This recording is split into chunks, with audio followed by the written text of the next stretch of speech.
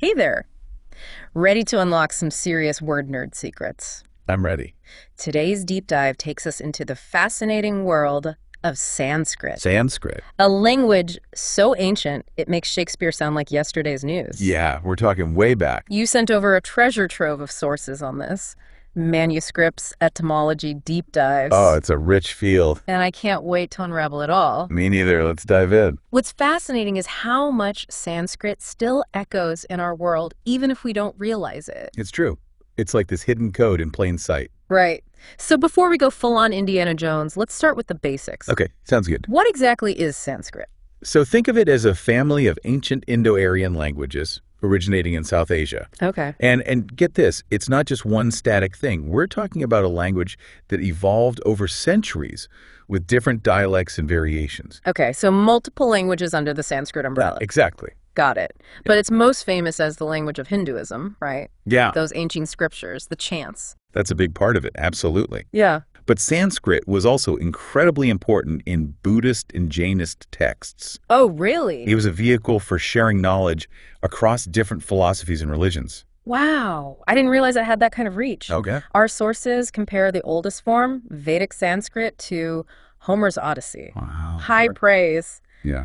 But what makes it different from the Sanskrit we usually hear about? So imagine trying to read Beowulf, Okay. old English poetry. It's still English, Right. but the grammar's a wild ride, and some words have vanished entirely. Right. Right. That's Vedic Sanskrit, the language of the Rig Veda, those incredible hymns from 3,000 years ago. For like linguistic time capsules. Yeah. But somewhere along the line, Sanskrit got a bit of a makeover, right? Exactly. It evolved into what we call classical Sanskrit. Okay.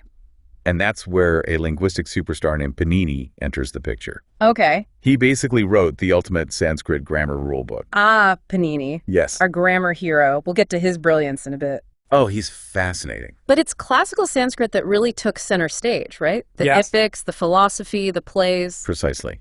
And it wasn't confined to India either. Really? Think of it like Latin, but with an even broader reach, influencing cultures across Southeast Asia, Central Asia, even parts of East Asia. Wow. One source calls it the Sanskrit cosmopolis, which I love. Sanskrit cosmopolis, that has a nice ring to it. Right. But before we get too cosmopolitan, let's talk about the name itself.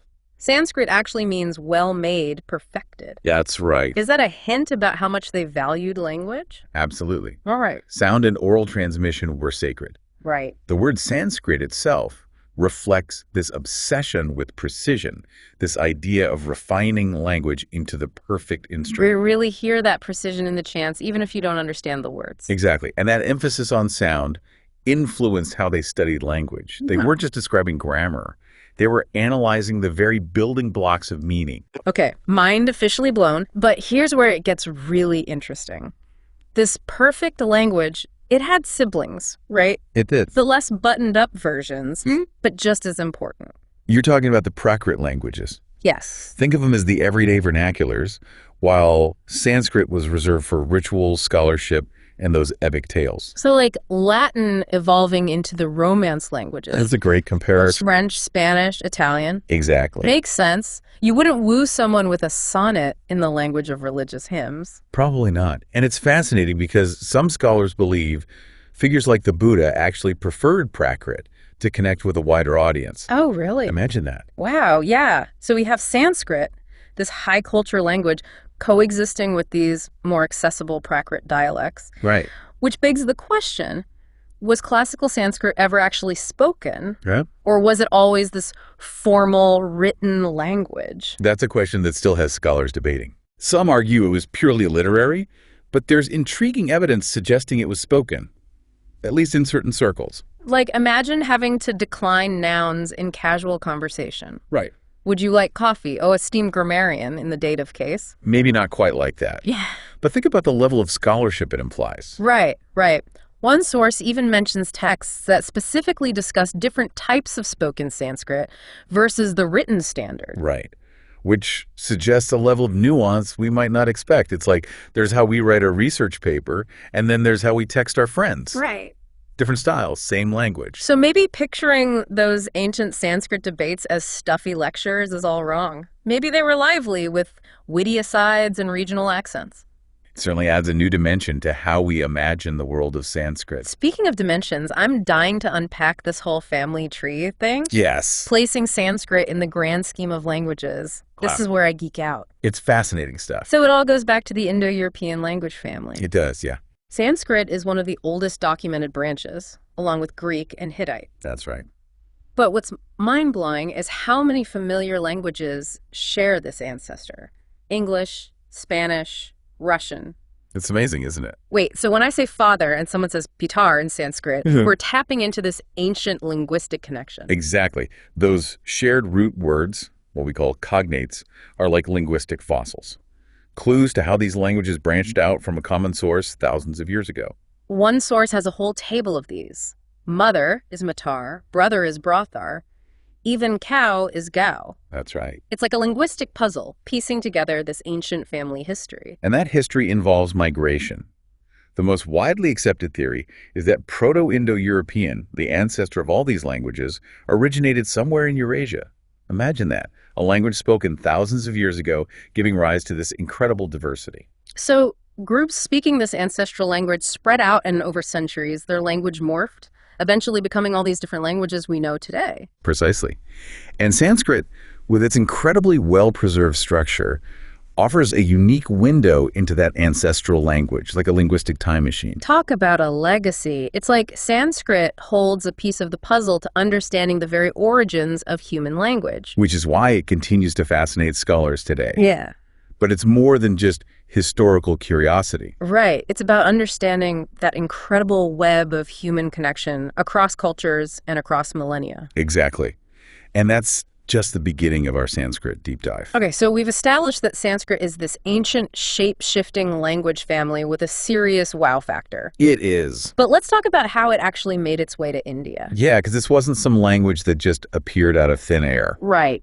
We've touched on those migrations from the Northwest, probably around the early 2nd millennium BCE, bringing Proto-Indo-European to South Asia. Our sources paint this picture of intense linguistic exchange during this period. Oh, yeah. Imagine those encounters, new landscapes, new cultures. Did Sanskrit absorb words from the languages already spoken in India?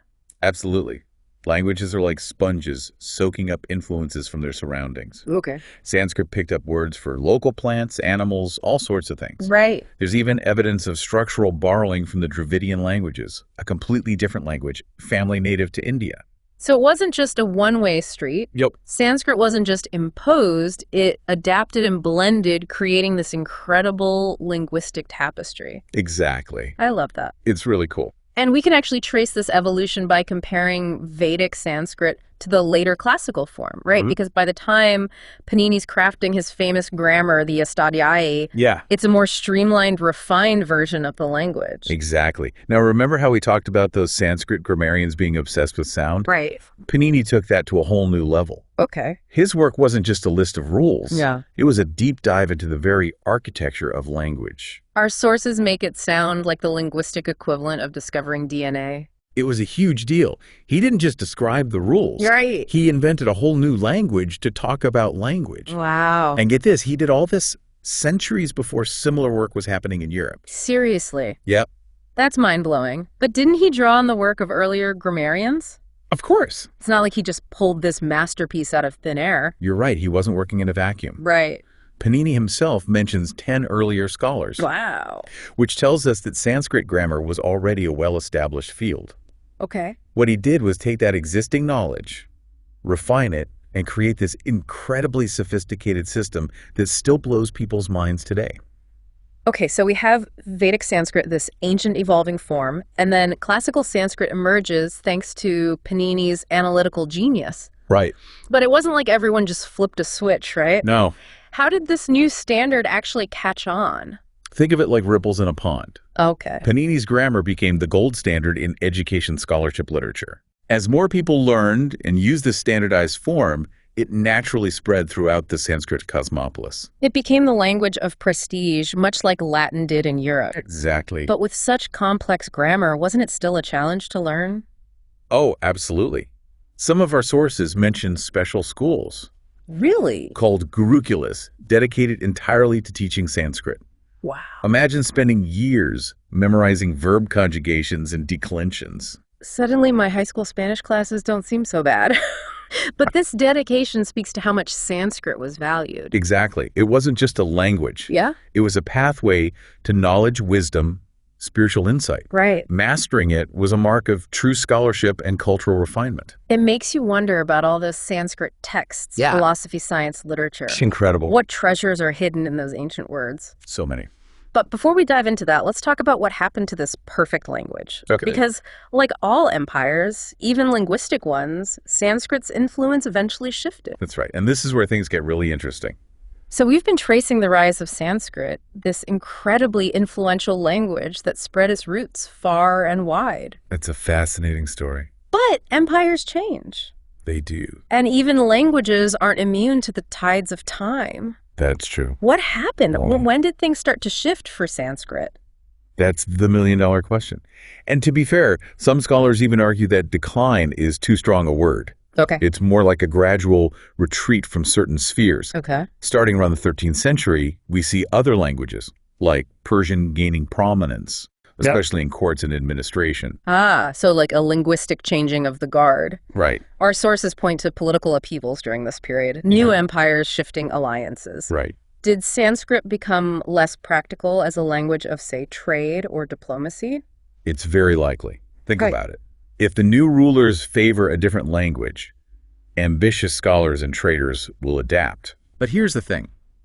Even as its political influence waned, Sanskrit remained deeply embedded in religious and cultural life. That makes sense. Yeah. Even today, when we think of Hindu scriptures or those mesmerizing chants, it's often Sanskrit that comes to mind. It is. It's like it became timeless, almost untouchable. Exactly. And that continuity was key to its survival. Okay. While it may have faded from courts and universities, Sanskrit never truly disappeared. Right. It was just too intertwined with the very fabric of Indian culture. So it was like this ember kept alive by tradition, scholarship, and those ancient stories It was. until something pretty remarkable happened in the modern era. Yeah. A resurgence. A resurgence. Tell me everything about this Sanskrit revival. It's a fascinating phenomenon, really. Yeah. On one hand, there's a renewed interest in Sanskrit education, both in traditional schools and even some modern ones.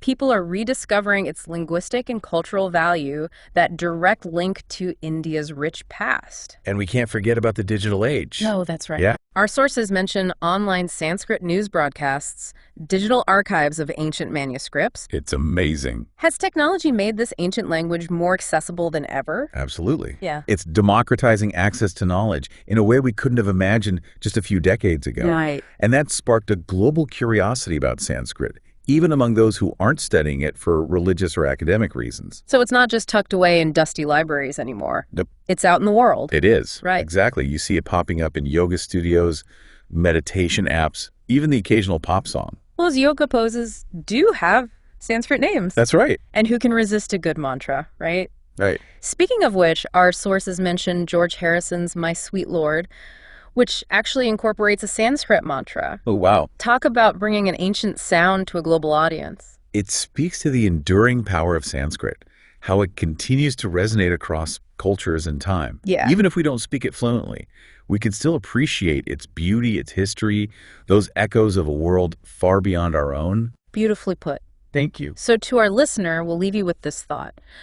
What other whispers of Sanskrit might you encounter in your world? That's a great question. Keep your ears open. You might be surprised by where this ancient language pops up next. I love that. Thanks for joining us on this Sanskrit deep dive. Until next time, keep exploring.